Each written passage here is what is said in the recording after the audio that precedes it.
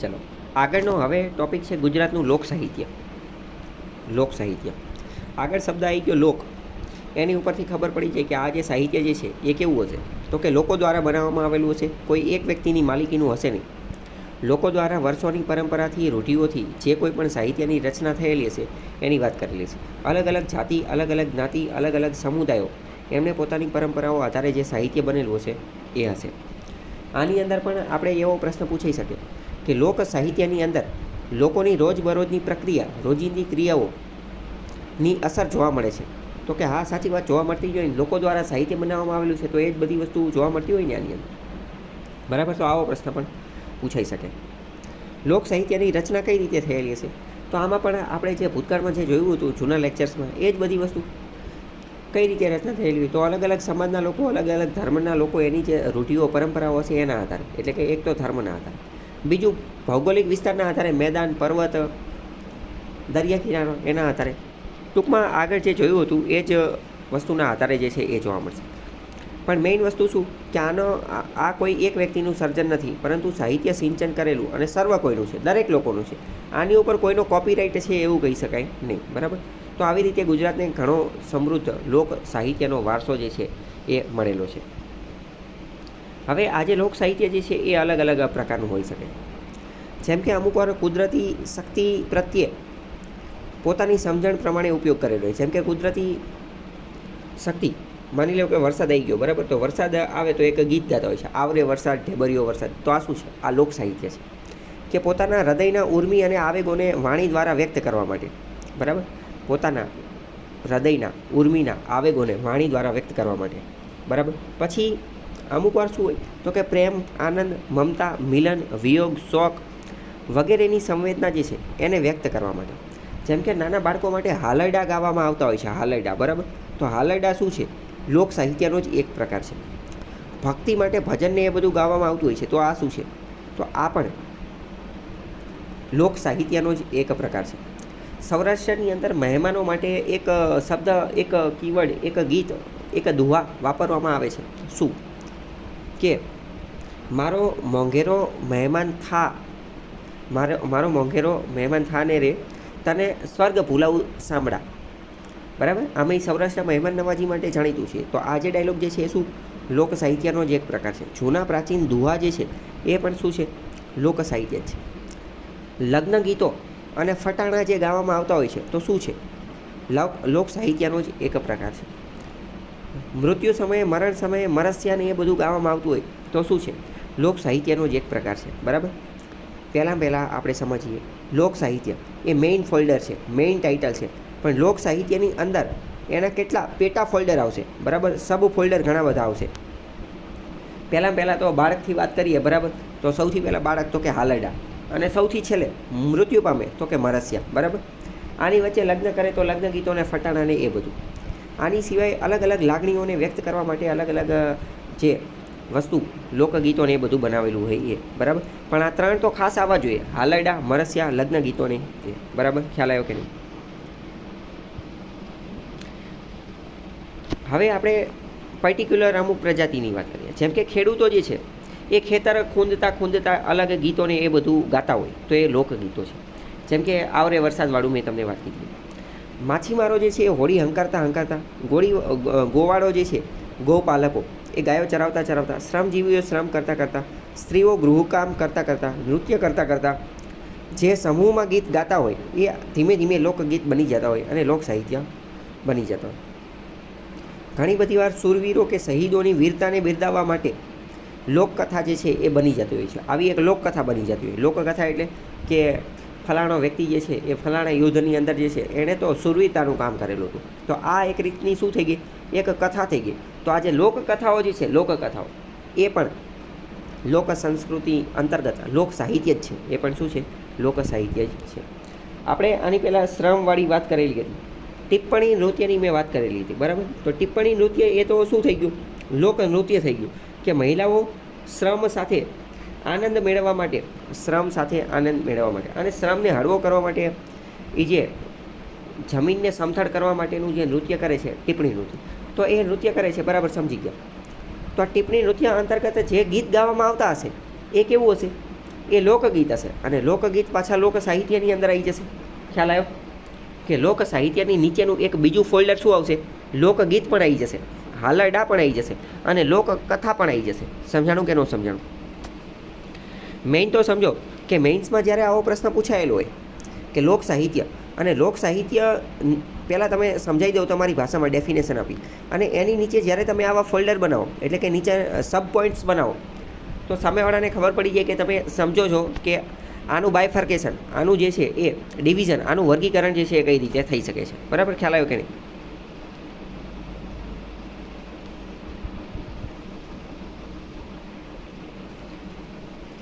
લોક સાહિત્ય જે છે એની ભાષા, એની કલ્પના, અલંકાર, અભિવ્યક્તિ આ બધું જે છે એ મૌલિક હોય છે.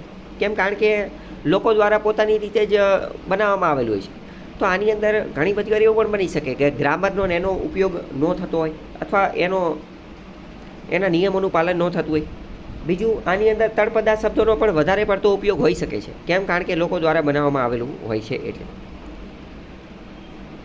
ગુજરાતની સાહિત્ય કે જે લોક સંસ્કૃતિનો ભાગ છે એના જીવનને આવરી લેતા જે ઝવેરચંદ મેઘાણી જે છે એને અલગ અલગ રીતે વિભાજિત કર્યું છે, અથવા લોક સાહિત્યના અમુક લક્ષણો જે છે એ એને કીધેલું છે. જેમ કે પહેલું કે વિશિષ્ટ રૂઢિપ્રયોગનો ઉપયોગ થયેલો છે. બીજું, કહેવતોનો જીવનમાં અનુભવ થયેલો છે. ભડલી વાક્યનો ઉપયોગ થયેલો છે. ઉખાણા અને વ્રત, જીવનના દરેક ક્ષેત્રના ગીતો એટલે સમજાઈ ગયું. જન્મ થાય તો હાલરડાથી લઈને તો મૃત્યુ સુધી મરસ્યા. વ્રત જોડણા, વ્રત કથાઓ, લગ્ન ગીતો, સામૂહિક કાર્યક્રમ અને ગીતો, રાજીઓ, પુરુષોનું સાહિત્ય અને લોકભજનો, આ બધું આની અંદર જે છે આવરી લેવામાં આવે છે. અત્યારે આપણે ખાસ કરીને વાત કરીએ ડાયરા સંસ્કૃતિ ગુજરાત સૌરાષ્ટ્રમાં ચાલી રહી છે. ડાયરાની અંદર જે ઊંચી વાતો કરવામાં આવતી હોય છે તો આ બધું પણ હકીકતમાં લોક સાહિત્ય જ છે. બરાબર? લોક સાહિત્યની અંદર અમુક વ્યક્તિઓના નામ આપણે કહીએ. બરાબર? તો એક તો ઝવેરચંદ મેઘાણી કે જેણે ગુજરાતના સમગ્ર લોક સાહિત્યને કમ્પાઇલ કરવાનું કામ. કમ્પાઇલ કરવું એટલે શું? તો કે એકત્રિત કરવાનું કામ. જો ખાસ યાદ રાખવાનું, ઝવેરચંદ મેઘાણીએ કોઈ નવા સાહિત્યની રચના નથી કરેલી, પરંતુ ગામે ગામે ફરી અને જે સાહિત્ય ઓલરેડી હતું ગામના ખૂણે એ બધાને ભેગું કરી અને એને કમ્પાઇલ કર્યું છે અને એને જે છે એ કંઠસ્થ કરી અને બુકમાં લખવાનું કામ કરેલું છે. તો એક તો ઝવેરચંદ મેઘાણીનું નામ. બરાબર? બીજું એક નામ આવે છે હેમુ ગઢવીનું નામ. હેમુ ગઢવી શું છે? તો કે હેમુ ગઢવી એક નાટ્યકાર છે. નાટ્યકાર. ઝવેરચંદ મેઘાણીએ જે કોઈ પણ વસ્તુ જે છે એ તૈયાર કરી, બરાબર, એ જ વસ્તુ જે છે એ જ વસ્તુ એને પરફોર્મ કરવાનું, એને નાટક સ્વરૂપે, રેડિયો સ્વરૂપે ઘર સુધી પહોંચાડવાનું કામ જો કોઈએ કરેલું હોય તો એ હેમુ ગઢવીએ કરેલું છે. બરાબર? પછી આપણે વાત કરીએ કે કાગ બાપુ, જેણે કાગ વાણીની રચના કરેલી છે, તો એમાં પણ લોક સાહિત્ય જે છે એ આપવામાં આવ્યું છે. દુલાભાયા કાગ તરીકે જે ઓળખાય છે એ. તો આ 3 નામ અત્યંત મહત્ત્વના છે. અમુક વાર કંઈ લખવાનું આવે નિબંધ ઓલું પેલું, તો આ 3 નામ તો ખાસ આવવા જ જોઈએ. બરાબર? લોક સાહિત્યની એક બીજી લાક્ષણિકતા એ છે કે આમાં પુરુષો કરતાં સ્ત્રીનું પ્રદાન વિશેષ છે. પુરુષો કરતાં સ્ત્રીનું પ્રદાન જે છે એ વિશેષ છે. શા માટે એવું હશે? તો એક રીતે જોઈએ તો સ્ત્રીઓ જે છે એની માટે નવરાશનો સમય થોડો વધારે હોય છે. તો આ સમયમાં એણે આવા લોકગીતો અને લોક સાહિત્યની રચના કરેલી છે. લોક સંસ્કૃતિ અંતર્ગત લોક સાહિત્ય જે છે એ મહદઅંશે સ્ત્રીઓએ જ સાચવી છે અથવા એનું સંવર્ધન કરેલું છે એવું માનવામાં આવે છે. બરાબર? હવે આપણે આનો ઉદ્ભવ અને વિકાસ જોઈ લઈએ. ઉદ્ભવ અને વિકાસ ઓલરેડી મેં તમને કહી દીધો છે કે જે મેઇન પોઈન્ટ કીધા હતા એ જ વાત કરવાની છે. શું તમે કહી શકશો કયો ઉદ્ભવ અને વિકાસ શું આવશે? કહી શકશો તમે? હમણાં મેં તમને કીધું, બરાબર, કે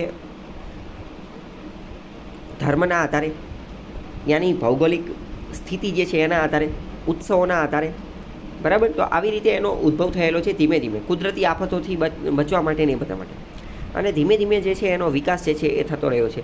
કેવો વિકાસ થયો? તો કે પહેલાં તો એ ખાલી મૌખિક જ રહેતું હતું, પછી ધીમે ધીમે જે છે એ લેખિત સ્વરૂપે એનો સંગ્રહ કરવામાં લાગ્યા.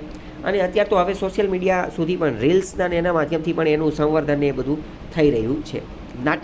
નાટકોના ને એના હેમુ ગઢવીએ શું કર્યું? તો કે એ જ વસ્તુને લોક નાટકોના અને રેડિયોના માધ્યમથી જે છે ઘરે પહોંચાડી. બરાબર? તો આ શું થયું? આ એનો વિકાસ થયો કે પહેલાં આવું હતું, પછી આવું થયું, અત્યારે આવું છે, બરાબર. વિકાસ શબ્દ ગમે ત્યારે આવે તો આ એક ટાઈમલાઈન યાદ રાખવાની.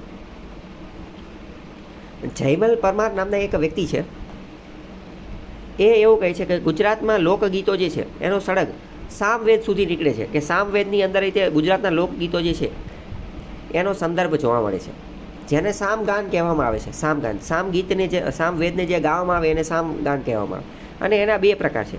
એક તો અરણ્ય, એટલે કે ગામમાં ગાવામાં આવતું હોય એ, ગામ અને અરણ્ય, ગામ અને અરણ્ય. ગામ એટલે ગામમાં ગાવામાં આવતું હોય, અને અરણ્ય એટલે કે જંગલમાં ગાવામાં આવતું હોય એ. ગુજરાતમાં રાવણ પ્રજા જે છે એ માતાજીના પૂજન વખતે ડાકલા સાથે આરણ્યનું જ્ઞાન કરે છે. રબારી લોકો જે છે એ સરજુ ગીત ગાય છે, અને સામગાન એટલે કે સામવેદનું જ્ઞાન જે છે એ કરતા હોય છે. દક્ષિણ ગુજરાતમાં ખાયણા લોકો જે છે એ પ્રાચીન વૈદિક પ્રકારના હોવાનું મનાય છે, અને પ્રાકૃત અને અપભ્રંશ કથા સાહિત્ય જે છે એના સંકેત જોવા મળે છે. લેખિત પરંપરાની વાત કરીએ તો 12મી અને 13મી સદીમાં જૈન ગ્રંથો અંતર્ગત હેમચંદ્રાચાર્યએ સિદ્ધ હેમ શબ્દાનુશાસન નામનો ગ્રંથ લખેલો છે. તો એમાં અમુક દુહાઓ જે છે એ ટાંકેલા છે, અને એ દુહાઓ લોક સંસ્કૃતિ અને લોક સાહિત્યના હોવાનું માનવામાં આવે છે. મધ્યકાળની અંદર ગુજરાતના લોક સાહિત્ય જે છે એ સમૃદ્ધ બનેલું હતું.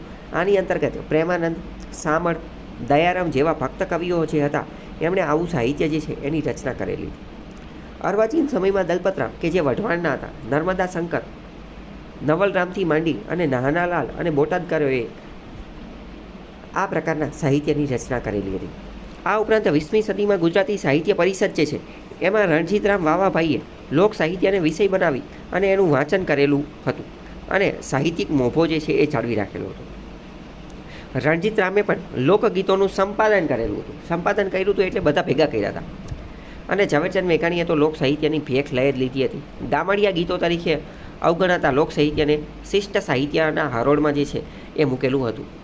શિષ્ટ સાહિત્ય એટલે શું એ એક સમજી લો. શિષ્ટ શબ્દ ગમે ત્યારે આવે ને તો એનો મતલબ કે એના અમુક નિયમ હોય. શિષ્ટનો મતલબ એવું યાદ રાખી શકો, શિષ્ટ એટલે શિસ્ત, એટલે કે ડિસિપ્લિન, કે પહેલાં તો જેના અમુક પ્રકારના નિયમ હોય, જેની અમુક ગાઈડલાઇન્સ હોય, જેના અમુક સ્ટાન્ડર્ડ હોય, જેના અમુક ધારાધોરણ હોય. આને શું કહેવામાં આવે? આને શિષ્ટ કહેવામાં આવે, બરાબર. તો કોઈ પણ વ્યક્તિ, કવિ, લેખક પુસ્તક લખે, બરાબર, તો એમને પુસ્તક કંઈ ન લખાઈ જાય. પુસ્તક લખવાના અમુક નિયમ હોય, બરાબર. નવલકથા લખે કે કંઈ પણ વસ્તુ લખે તો એને શું કહેવાય? એને શિષ્ટ સાહિત્ય કહેવામાં આવે. જ્યારે લોક સાહિત્ય એ શિષ્ટ સાહિત્ય ન કહેવાય.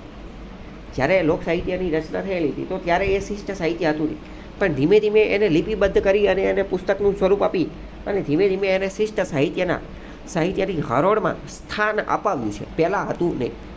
શિષ્ટ શબ્દ ગમે ત્યારે આવે તો ખ્યાલ આવશે કે નહીં. ચારણી સાહિત્ય. ચારણી સાહિત્ય મુખ્યત્વે મેઇન્સના પોઈન્ટ ઓફ વ્યૂથી ખૂબ વધારે મહત્ત્વનું છે. મેઇન્સમાં આની ઉપર પ્રશ્ન જે છે એ પૂછાઈ શકે કે લોક સાહિત્યમાં ચારણી સાહિત્યનું મહત્ત્વ શું છે. ચારણી સાહિત્ય જે છે એમાં પહેલાં તો મુખ્યત્વે દુહા અને છંદનો જે છે એ ખૂબ જ વધારે ઉપયોગ કરવામાં આવતો હોય છે. દુહા અને છંદ જે છે એનો ઉપયોગ કરવામાં આવતો હોય છે. ચારણી સાહિત્યના મહત્ત્વની વાત કરીએ તો ચારણી સાહિત્ય થકી આપણે ઇતિહાસને જાણવા માટેનો એક સ્ત્રોત પણ છે. ઇતિહાસને જાણવા માટેનો એક સ્ત્રોત કે પ્રાચીન સમયમાં કયા રાજાના સમયમાં શું થયેલું હતું, રાજાની વંશાવલી જાણવા માટે કે આ રાજા પછી આ આવેલો હતો એનો કાલક્રમ જાણવા માટે પણ આ જે છે એ મહત્ત્વના છે. ચારણી સાહિત્ય જે છે એમને પ્રકૃતિના સંદર્ભમાં રાખી અને રચના કરેલી છે સાહિત્યની. આ ઉપરાંત પ્રભુ ભગવાનને ધ્યાનમાં રાખી અને સ્વધર્મને ધ્યાનમાં રાખી અને કોઈ પણ વ્યક્તિનું કર્તવ્ય શું છે, રાજાનું કર્તવ્ય શું છે, ક્ષત્રિયનું કર્તવ્ય શું છે એને ધ્યાનમાં રાખી અને શહીદી જે છે એની વીર કથાને ધ્યાનમાં રાખીને અને જન્મભૂમિને ધ્યાનમાં રાખીને અલગ અલગ સાહિત્યની રચના કરેલી છે.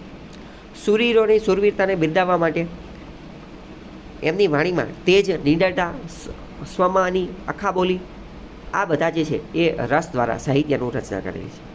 જેમાં આપણે અમુક વાત કરીએ કે હરિરસ, નાગદમન અને ઓખાહરણ જેવા છંદોબદ્ધ આખ્યાન અને કાવ્યની રચના જે છે એ કરેલી છે.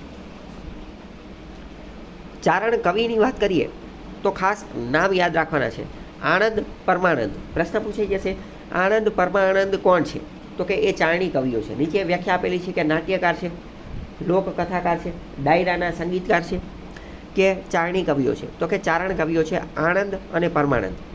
આ ઉપરાંત આલ્હા, રામચંદ્ર, ગાગિલ આ બધા છે. કવિત્રી એટલે કે લેડીઝ કવિની વાત કરીએ તો પ્રથમ ચારણી લેડીઝ કવિ જે છે એ છે ઉજળીબાઈ. પ્રશ્ન પૂછાઈ ગયેલો છે કે ઉજળીબાઈ કોણ છે અથવા પ્રથમ ચારણ કવિયત્રી કોણ છે, તો કે ઉજળીબાઈ. ઉજળી નામ યાદ રાખવાનું છે. ઉજળી અને માવલ બંને. ઉજળીનો પ્રશ્ન પૂછાયેલો છે, માવલનો પૂછાયેલો નથી, તો હવે પૂછાઈ શકે. ઉજળી અને માવલ પ્રથમ ચારણી કવિયત્રી છે. બરાબર. આ ઉપરાંત બીજું ચારણી સાહિત્ય કોણે લખેલું છે, તો કે ઈસરદાન ગઢવી. સાચા ઝૂલા, વનવાલજી મહેડુ, ભાવનગરના પિંગળસીભાઈ પાતાભાઈ, જામનગરના માવાદાનજી રત્નુ, કચ્છના કરણદાનજી, લીમડીના શંકરદાનજી, દુલાભાયા કાગ. આ બધા જે છે એ ચારણી સાહિત્ય રચવામાં એમનું જે છે એ યોગદાન છે. બીજું એ કે ચારણી સાહિત્યમાં ખાલી ચારણોનું જ યોગદાન છે એવું નથી.